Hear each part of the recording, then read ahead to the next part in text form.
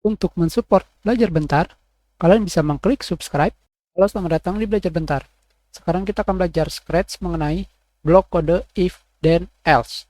Kalian bisa menemukan blok kode if, then, else di blok kategori kode kontrol, di bawah blok kode if, then. Sekarang kita masukkan blok kode if, then, else ini sama seperti blok kode if, then, hanya terdapat penambahan else. Untuk lebih jelasnya, sekarang kita keluarkan blok kode if then dan kita masukkan blok kode di dalamnya ke dalam if then else, hanya seperti ini saja, dan kita masukkan kembali. Ketika kalian menjalankan kodenya, akan mendapatkan hasil yang sama karena yang kita gunakan hanyalah bagian if then. Sekarang di sini terdapat bagian else. Penambahan else ini juga digunakan sebagai memeriksa kondisi yang terjadi, yaitu memeriksa kondisi selain yang ditentukan.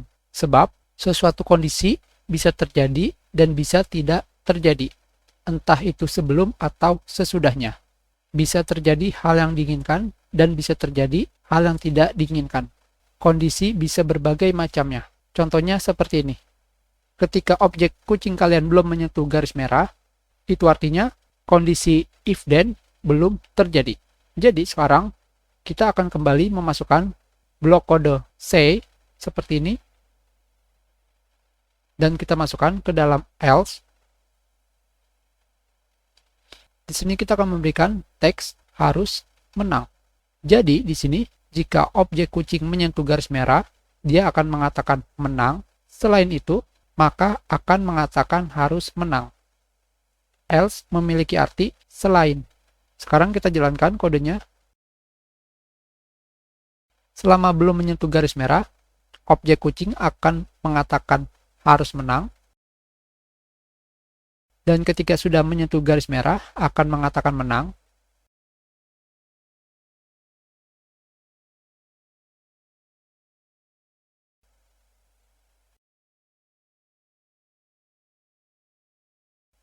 Tetapi ketika melewati garis merah, dengan kata lain, seperti yang kalian lihat, objek kucing akan kembali mengatakan harus menang karena sudah tidak menyentuh garis merah. Karena di sini kondisi yang kita berikan hanyalah ketika objek kucing menyentuh garis merah.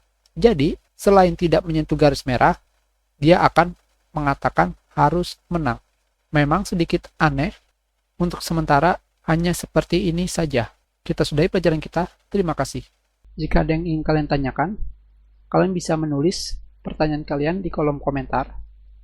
Jika kalian menyukai video ini, klik like. Kalian juga bisa menyebarkan video ini ke teman-teman kalian. Dan jika kalian belum subscribe, silakan subscribe agar kalian bisa menemukan video terbaru.